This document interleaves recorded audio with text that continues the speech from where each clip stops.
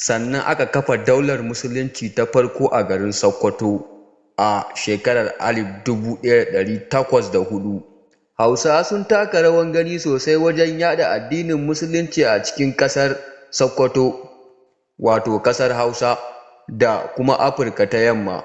Suna kiran sarakuna da wakilansu na musulunci, amma sarkin Sokoto shine sarkin musulmai. Karatun Alkur'ani yana da matuƙar muhimmanci a ƙasar Hausa. Mafi akasarin Hausawa musulmai ne, sabili da haka ne galibi al'adunsu suka shafi aure da haihuwa da mutuwa, duka sun ta'allaka ne akan wannan addini.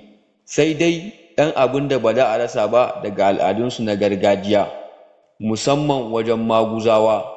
Alhassan Habib 1980. Musulunci yana da matuƙar muhimmanci da tsari wajen Hausawa. A haka ne Hausawa ma suke kallon duk wanda Bahaushe ne amma ba musulmi ba kamar ba Bahaushe ba ne. Faɗin Pardin 1973 tare da William F. S. 1994.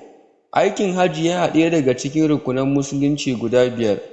Hausawa suna zuwa aikin hajji sosai, zuwa Makka, musamman ma mutanen Kano da Sokoto da Katsina. Hausawa sukan ce Alhaji ga wanda ya je hajji, ko Hajiya ga wadda ta je aikin hajji. Jam'i kuma shine Alhazai. Hakan ya samo asali ne tun a ƙarni na 19 a ƙasar Hausa, amma a ƙarni na 21 kalmar Alhaji da Hajiya yana ɗaukar ma'anar mutum mai kuɗi, ko da ko bai taɓa zuwa aikin hajji ba.